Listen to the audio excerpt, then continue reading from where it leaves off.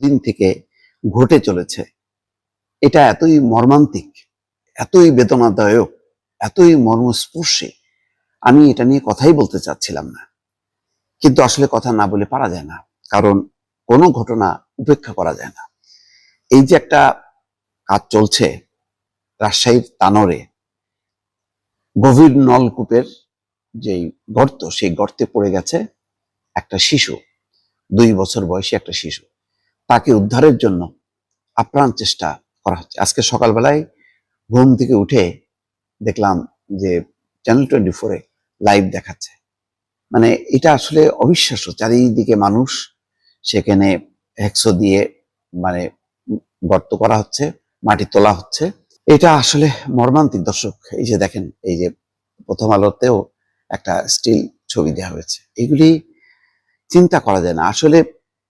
মানে আমাদের মানুষের বাংলাদেশে কোন নিরাপত্তা বলতে কিছু নেই। আপনি রাস্তাঘাটে, মাঠে, ময়দানে যেখানেই যাবেন একটা মৃত্যুকূপ। কি বর্ষাকালে, শীতকালে, কোথাও রেহাই নেই। বর্ষাকালে দেখেন না, যদি কোনো ক্রমে কেউ ম্যানহোলের মধ্যে পড়ে যায় বা নর্দমায় পড়ে যায়, তারপরে ভেসে চলে যায়, তারপরে আর পাওয়া যায় না। চট্টগ্রামে এরকম একাধিক ঘটনা ঘটেছে, আরো বিভিন্ন জায়গায় ঘটেছে। আপনি ম্যানহোলের ঢাকনা চুরি করে নিয়ে যায়, সেটা ওইভাবেই পড়ে থাকে। হয় গাড়ি পড়ে যাচ্ছে, নাই মানুষ পড়ে যাচ্ছে, দুর্ঘটনায় পতিত হচ্ছে। আর এটা কত বড় মর্মান্তিক দেখেন। রাজশাহী তানোরে 30 থেকে 35 ফুট গভীর গর্তে পড়ে যাওয়া শিশুটিকে উদ্ধার কাজ অব্যাহত আছে। সকাল থেকে দেখছি। বুধবার রাতভর উদ্ধার অভিযান চালিয়েছে ফায়ার সার্ভিস। প্রায় 16 ঘন্টা চেষ্টার পরও শিশুটিকে উদ্ধার করা সম্ভব হয়নি। বৃহস্পতিবার সকাল 9টার সময় আবার শুরু হয়েছে। এই প্রথম আলো যখন রিপোর্ট করছে, তখন ফায়ার সার্ভিস বলছে মূল গর্তের পাশ থেকে কেটে শিশুটিকে উদ্ধার করার চেষ্টা চলছে। 35 ফুট গভীরে গিয়েও শিশুটিকে পাওয়া যায়নি। জানি না সেখানে অক্সিজেন নাকি ঢুকাইছে। মানে বাঁচার আশা আমি দেখি না। 2 বছরের বাচ্চা মাত্র, মানে বেঁচে থাকবে এত গভীরে যে, তারপরও যদি তার মৃতদেহটাও অন্তত পাওয়া যায়, সেটাও একটা সান্ত্বনা পরিবারের জন্য। এ সম্পর্কে আজ সকালে তানোরের ভারপ্রাপ্ত কর্মকর্তা থানার শাহিনুজ্জামান বলছেন, উদ্ধার কাজ শেষ হয়নি, খনন চলছে।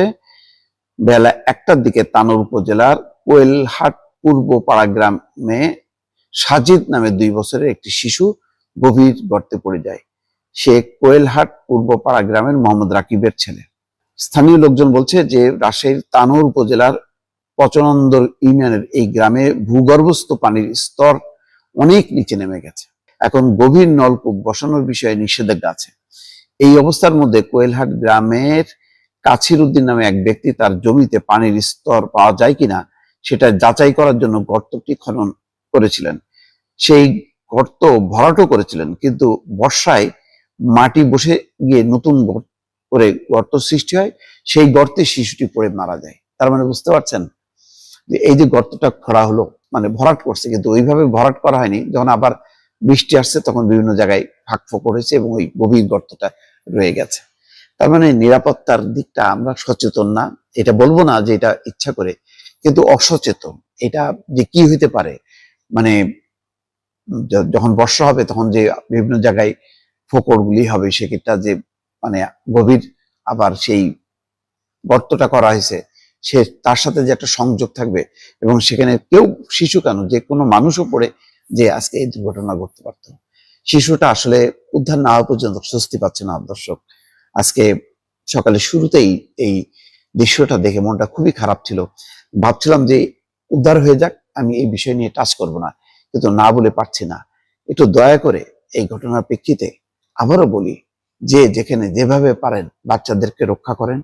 এই যে প্রতিদিন প্রায় একদিন দুদিন পর পরই এই বরিশাল অঞ্চল থেকে শুরু করে চাঁদপুর, আরো অনেক অঞ্চল, ফরিদপুর, ওই আপনার জলাশয়ে বাচ্চারা খেলতে যেয়ে পড়ে মারা যাচ্ছে। এটা প্রতিনিয়ত ঘটছে। নিরাপত্তা ব্যবস্থাটা জোরদার করেন, মানুষকে বাঁচান। এটা থাকলো আজকে অনুরোধ।